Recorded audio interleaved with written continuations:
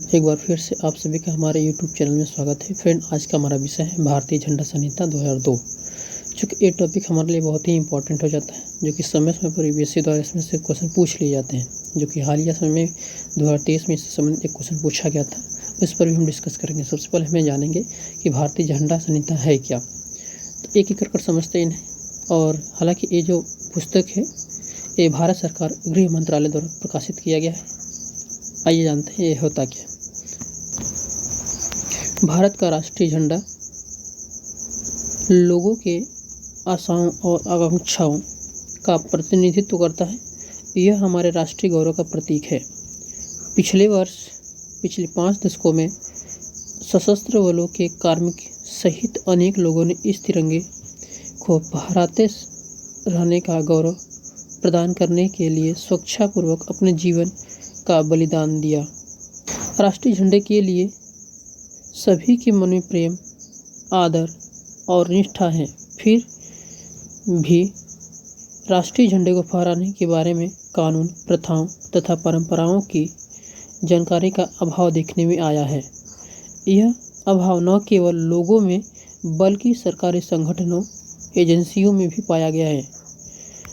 तो सरकार द्वारा समय समय पर जारी किए गए गैर सांविधिक निर्देश के अतिरिक्त राष्ट्रीय झंडे का प्रदर्शन, संप्रतीक और नाम अनुचित प्रयोग का निवारण अधिनियम 1950 और राष्ट्रीय गौरव अपमान निवारण अधिनियम 1971 के उपबंधों द्वारा नियंत्रित होता है। तो भारतीय झंडा संहिता 2002 से संबंधित सभी के मार्गदर्शन और लाभ के लिए ऐसे कानून, प्रथाओं और परंपराओं और निर्देशों को एक साथ लाने का प्रयास किया गया है। सुविधा के लिए भारतीय झंडा संहिता को हम 3 भागों में बांटते हैं। नंबर 1, संहिता के भाग 1 में राष्ट्रीय झंडे के बारे में सामान्य विवरण है। संहिता के भाग 2 में आम जनता और निजी संगठनों और शैक्षणिक संस्थानों आदि के द्वारा राष्ट्रीय झंडे को फहराने के संबंधित विवरण है। वही अगर हम बात करें संहिता के भाग 3 का संबंध केंद्र और राज्य सरकारों तथा उनके संगठनों एवं एजेंसियों द्वारा राष्ट्रीय झंडे को फहराने से है। तो भारत का राष्ट्रीय झंडा संहिता 2002 दिनांक 26 जनवरी 2002 से प्रभावी होगी और यह झंडा संहिता भारत के वर्तमान स्वरूप का भी अतिक्रमण करती है। तो ये इसमें कुछ मेजर पॉइंट थे। अब आगे बढ़ते हैं। अब एक एक करके इसके भाग के बारे में बात करेंगे कि इसके भाग में क्या क्या बताया गया है। तो भाग फर्स्ट की बात करें तो राष्ट्रीय झंडे में 3 रंगों की पट्टियाँ होंगी, जिसमें समान चौड़ाई वाली 3 आयताकार पट्टियाँ या छोटी पट्टियाँ होंगी। सबसे ऊपर की ओर भारतीय केसरी रंग की पट्टी होगी और सबसे नीचे की पट्टी भारतीय हरे रंग की। बीच की पट्टी सफ़ेद रंग की होगी, जिसके बीच में समान अंतर पर धारा 24 धारियों वाले नेवी ब्लू रंग की अशोक चक्र की एक डिजाइन होगा। ये लाइन इंपॉर्टेंट है। अशोक चक्र का अधिमान्यतः स्क्रीन प्रिंटेड या अन्यथा छपा हुआ या स्लेटिंग्स किया हुआ या उचित रूप से कढ़ा हुआ होगा। सफ़ेद पट्टी के केंद्र में झंडे के दोनों स्पष्ट तौर पर दिखाई देगा। अब इसमें एक एक बिंदुओं की बात कर लेते हैं। इसके महत्वपूर्ण बिंदु क्या क्या शामिल हैं। तो भारत का राष्ट्रीय झंडा हाथ से कता हुआ और हाथ से बनाए गए ऊनी, सूती, सिल्क, खादी कपड़े से बना होगा। नंबर 2, राष्ट्रीय झंडा का आकार में आयताकार होगा और झंडे की लंबाई और ऊंचाई यानी चौड़ाई का अनुपात 3:2 होगा। ये लाइन बहुत ही इंपॉर्टेंट हो जाता है हमारे लिए, क्योंकि यही यूपीएससी द्वारा 2023 में क्वेश्चन पूछा गया था। वही इसके अगले बिंदु की बात करें तो राष्ट्रीय झंडे के मानक आकार निम्नलिखित हैं, जैसे झंडे का आकार वर्ग और ये आकार वर्ग मिलीमीटर के माप के अनुसार कितना होना चाहिए। तो एक, यह 6300 से लेकर 4200 के मिलीमीटर माप के अनुसार होना चाहिए। और दूसरे हिसाब से अगर देखा जाए तो 3600 से लेकर 2400 मिलीमीटर माप के अनुसार होना चाहिए। तीसरा 2700 से 1800 मिलीमीटर होना चाहिए। चौथा 1800 से लेकर 1200 मिलीमीटर होना चाहिए। और पांचवा 1300 से लेकर 900 मिलीमीटर तक होना चाहिए। छठा 900 से लेकर 600 मिलीमीटर होना चाहिए। सातवां 450 से 300 मिलीमीटर होना चाहिए। 225 से 150 मिलीमीटर होना चाहिए और 150 से 100 मिलीमीटर होना चाहिए। अब इस पर एक क्वेश्चन का डिस्कशन कर लेते हैं जो कि हालिया समय में यूपीएससी द्वारा पूछा गया था। प्रश्न था हमारा कि भारत की ध्वज संहिता 2002 के अनुसार, यानी भारत की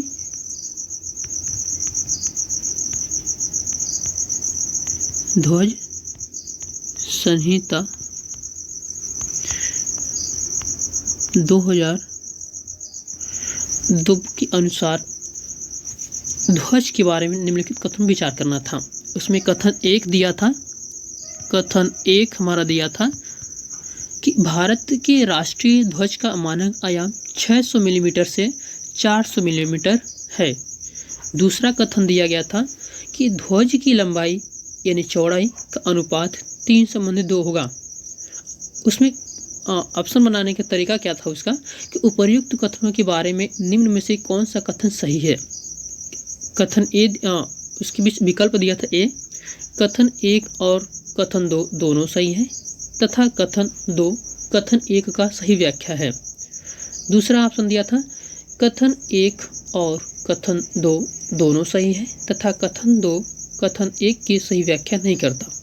तीसरा ऑप्शन दिया था कथन 1 सही है किंतु कथन 2 गलत है। और लास्ट का ऑप्शन दिया था कथन 1 गलत है किंतु कथन 2 सही है। तो अभी हमने प्रश्न के बारे में बात किया, अभी पढ़ा भी हमने और बताया भी आपको कि वास्तविकता में जो झंडे का जो मानक जो आयाम जो लंबाई और चौड़ाई का जो अनुपात होता है वह 3:2 होता है। तो जो कि ए ऑप्शन हमारा कथन 2 में दिया गया था, जिसका मतलब कथन हमारा 2 सही हो जाता है। लेकिन अभी हमने इसमें एक चीज़ पढ़ा कि इसकी लंबाई चौड़ाई मिलीमीटर में देखा तो कहीं पर भी ये मेंशन नहीं किया गया है इस टॉपिक में कि इसकी लंबाई 600 मिलीमीटर से लेकर 400 मिलीमीटर है। इसका मतलब कि जो कथन हमारा फर्स्ट है वो कथन गलत है। अब ऑप्शन के अनुसार इसका अगर हम विकल्प को सही बताएं तो इसका ऑप्शन हमारा सही होगा डी। चूँकि ऐसा क्यों, क्योंकि पहला ही ऑप्शन हमारा गलत है जबकि लास्ट वाला यानी दूसरा ऑप्शन हमारा क्या है, सही है। तो आंसर ही का हमारा होने वाला था सी। कितना सटीक आंसर था। तो यूपीएससी द्वारा इसीलिए ये टॉपिक हमारे लिए बहुत ही इंपॉर्टेंट हो जाता है। आइए इसके अगले बिंदु की बात करते हैं। तो फहराने के लिए उपयुक्त आकार के झंडे का चुनाव करना चाहिए, यानी हमें कितने आयाम के झंडे का चुनाव करना है उसके बारे में एक एक करके बातें करेंगे।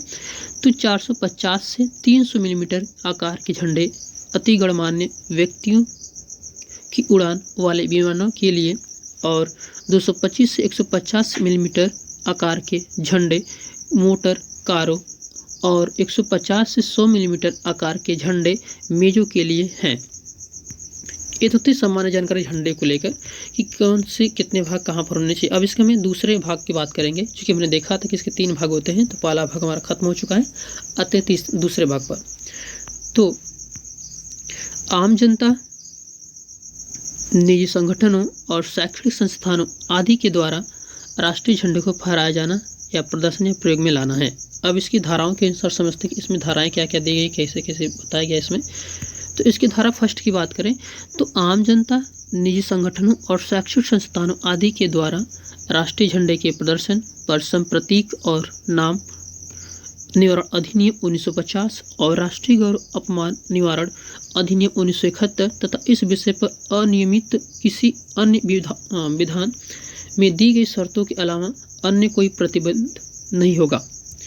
उपरोक्त अधिनियमों में दिए गए प्रावधानों को ध्यान में रखते हैं। अभी क्या क्या है प्रावधान इसमें दिया गया है, प्रावधान के बारे में बात करें तो संप्रतीक और नाम निवारण अधिनियम 1950 है क्या, इसमें जानेंगे ये होता क्या। इसमें धारा 2 में देकर बताया गया है कि जब तक कि संदर्भ में अन्यथा अपेक्षित न हो तो संप्रतीक अर्थ अनुचित में निर्दिष्ट किसी चिन्ह, मोहर, झंडा, तमगा, कोट ऑफ आर्म्स या चित्रात्मक स्वरूप से है।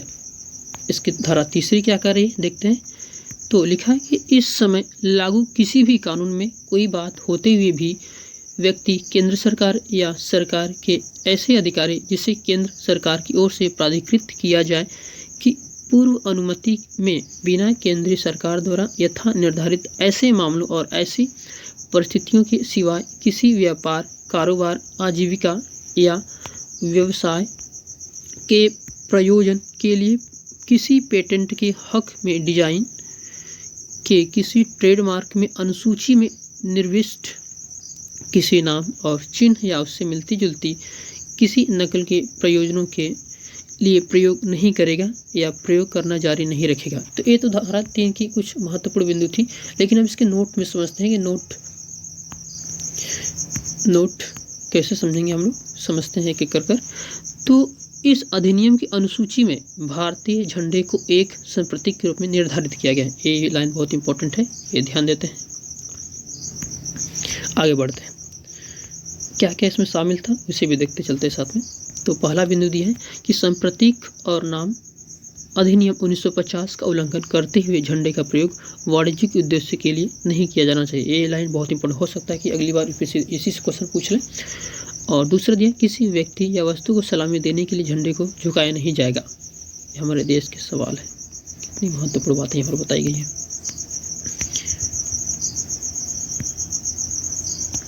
और सरकार द्वारा जारी अनुदेशों के अनुरूप सार्वजनिक भवनों पर उन अवसरों को छोड़कर जिनके लिए सरकार ने झंडे को आधा झुका कर फहराने के अनुदेश जारी कर रखे और शेष अवसरों पर झंडे को आधा झुकाकर नहीं फहराया जाएगा।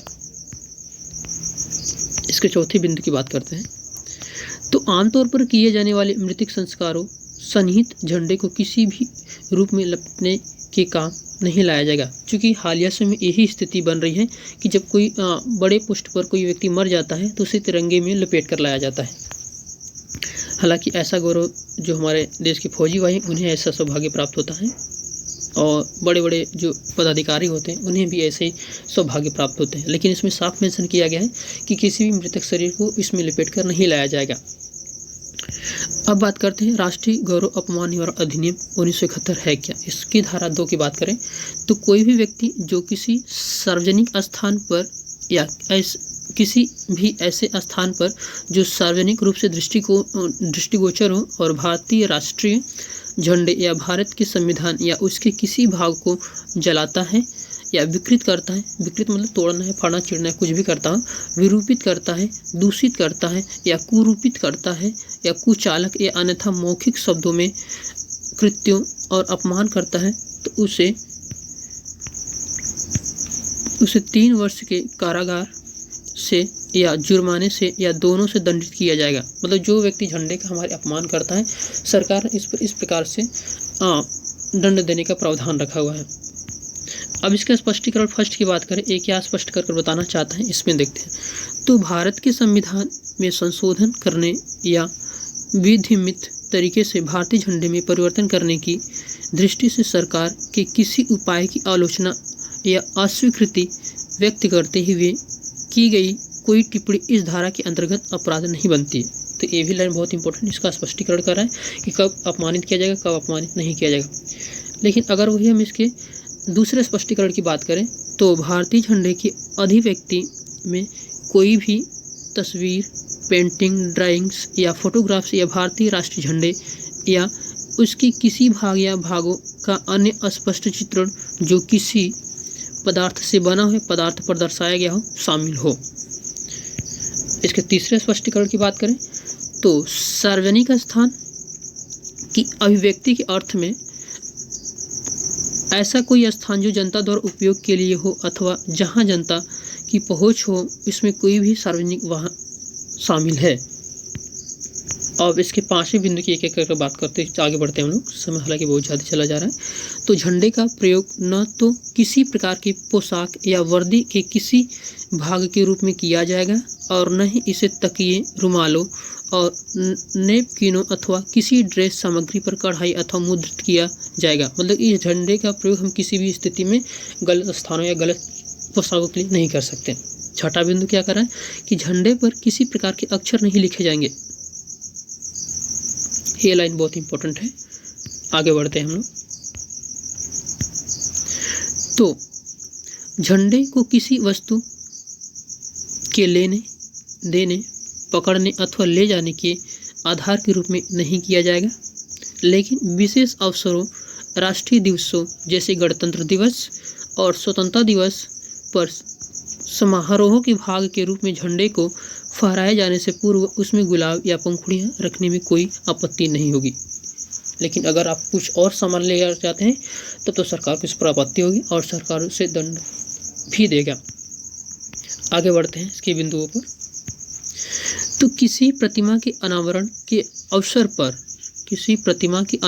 अवसर पर झंडे की विशेषताएं और अलग से प्रदर्शित किया जाएगा और इसका प्रयोग प्रतिमा अथवा स्मारक को ढकने के लिए नहीं किया जाएगा।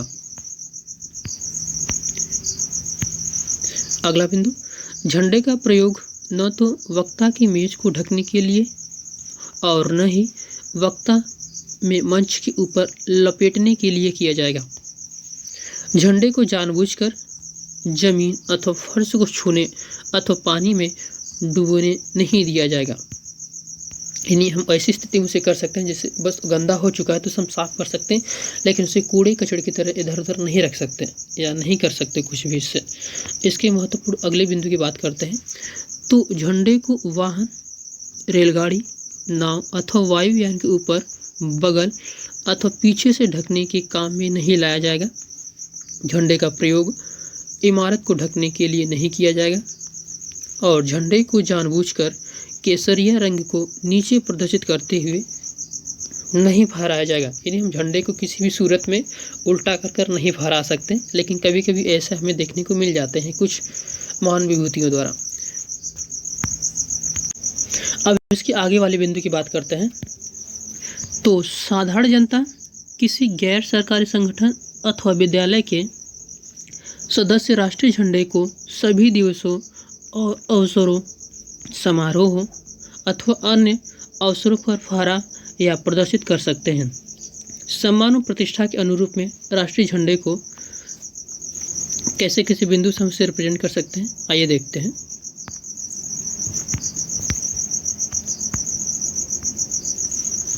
तो नंबर 1, जब भी कभी राष्ट्रीय झंडा फहराया जाए तो उसकी स्थिति सम्मानपूर्ण और विशिष्ट होनी चाहिए। क्षतिग्रस्त अथवा अस्त व्यस्त झंडा प्रदर्शित नहीं किया जाना चाहिए। झंडे को किसी अन्य झंडे अथवा झंडों के साथ एक ही समय में ध्वज दंड से नहीं फहराया जाएगा और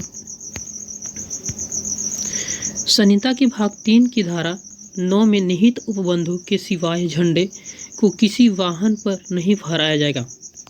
यानी जो वाहन है, जो बड़े बड़े जो पदाधिकारी हमारे हैं, सिर्फ उन्हीं के वाहनों पर इसे फहराया जाएगा, अन्यथा और किसी भी व्यक्ति के वाहन पर इसे नहीं लगाया जाएगा।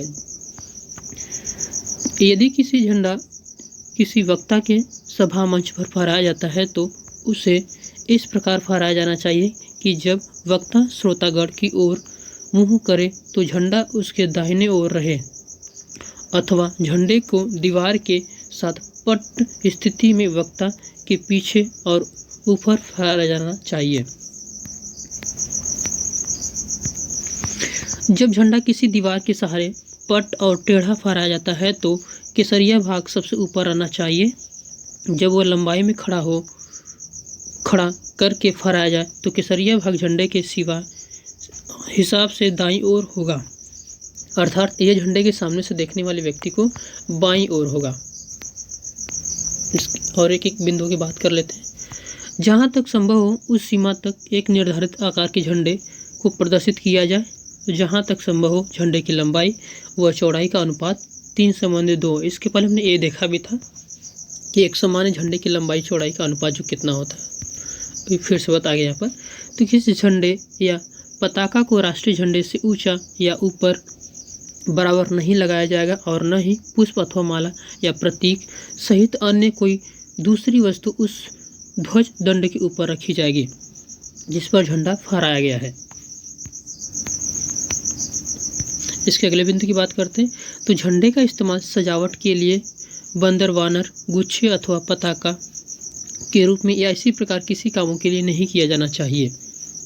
अगले बिंदु की बात करें तो पेपर से बने झंडे का प्रयोग जनता द्वारा महत्वपूर्ण राष्ट्रीय अवसरों, संस्कृति और खेलकूद स्पर्धा पर फहराया जा सकता है, लेकिन ऐसे कागज के झंडों को समारोह पूरा होने पश्चात न तो विकृत किया जाएगा और न ही जमीन पर फेंका जाएगा। जहां तक संभव हो ऐसे झंडों को निपटान पूरे गौरव के साथ और निजी तौर पर किया जाना चाहिए। फ्रेंड, वैसे तो टॉपिक बहुत लंबा है, तो फ्रेंड वीडियो अच्छा लगा तो लाइक, शेयर, सब्सक्राइब और कमेंट बॉक्स में कमेंट करना ना भूलें। Thank you. इससे संबंधित अपने नए से भाग को अगली बिंदु में लेकर आएंगे। धन्यवाद।